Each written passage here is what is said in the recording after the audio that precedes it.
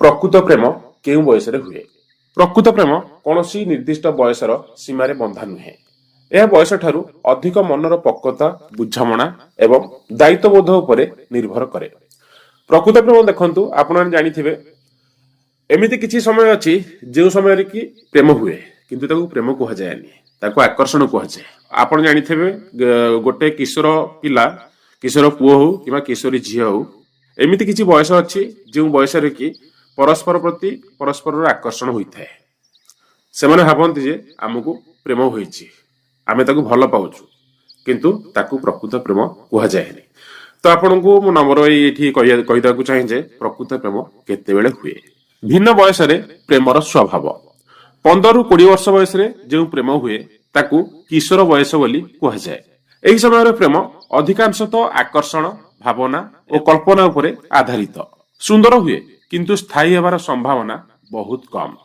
आपण जानिथे 15 ରୁ 20 वर्ष बयस रे जो प्रेम हुए, प्रेम करिया को भल लागे, सुंदर हुए, किंतु ए प्रेम केभे भी स्थायी होई न थाए। स्थायी होई थाए बहुत रेयर केस रे, किंतु स्थायी हेबार चांसटा, संभावनाटा बहुत कम थाए। युव बयस 21 ରୁ 30 वर्ष भितर जो बयस रे आमे गति करू ताकू युव बयस बोली कुहा जाय। एही बयस रे प्रेम रे बुझामणा, भरोसा और भविष्यत चिंता जगु हुए। अनेक समय रे एहाकू प्रकृत प्रेम बोली कुहा जाई थाए। पक्व बयस 30 वर्ष प्लस को पक्व बयस बोली कुहा जाई थाए। एही बयस रे प्रेम त्याग, समर्पण एवं सहयात्रा उपरे भित्ति करे। यह गभीर एवं दीर्घस्थायी हेबार संभावना अधिक थाए। 15 ରୁ 20 वर्ष बयस रे जो प्रेम हुए ताकू आकर्षण कुहा जाय। बेले बेले गोटे पुअर झियो प्रति किबा झियोर पुओ प्रति आकर्षण भावना आसी थाए एवं से आकर्षण भावना को से माने प्रेम बोली भाबी थांती, किंतु ताकू प्रकृत प्रेम आमे कहि परिबा नाही। 21 ରୁ 30 वर्ष भितर जो प्रेम हुए तो से प्रेम सफलता हेबार संभावना टिके अधिक थाए। किंतु 30 वर्ष रु ऊर्ध्वरे जो प्रेम हुए माने 30 प्लस लोकन को जो प्रेम हुए से प्रेम दीर्घस्थायी हेबार संभावना अधिक थाए।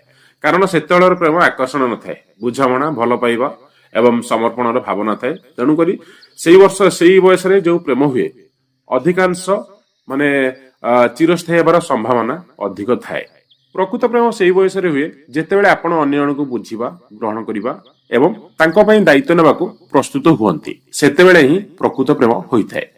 तो फ्रेंड्स, आपण मान पे आज थला ई छोटो भिडियोटी। आपण मानकू ई भिडियोटी जदि भल लागि थाए please like, share and subscribe करिया को भूलिबे नाही। रहूची, जय जगन्नाथ।